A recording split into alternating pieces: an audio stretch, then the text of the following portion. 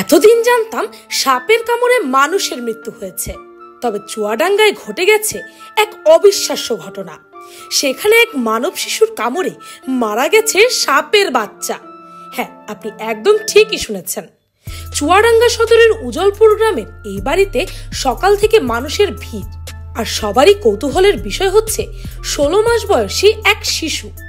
পরিবারের সদস্যরা জানায়, ঘরে খেলা করার সময় খাটের নিচে ঢুকে পড়ে শিশুটি।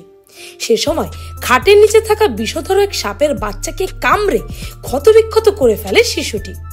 এক পর্যায়ে সে মৃত সাপের বাচ্চা নিয়ে বের হয়ে আসে। পরিবারের সদস্যরা এই দৃশ্য দেখে অত্যন্ত আতঙ্কিত হয়ে বাচ্চাটিকে নিয়ে ছুটে যায় হসপিটালে।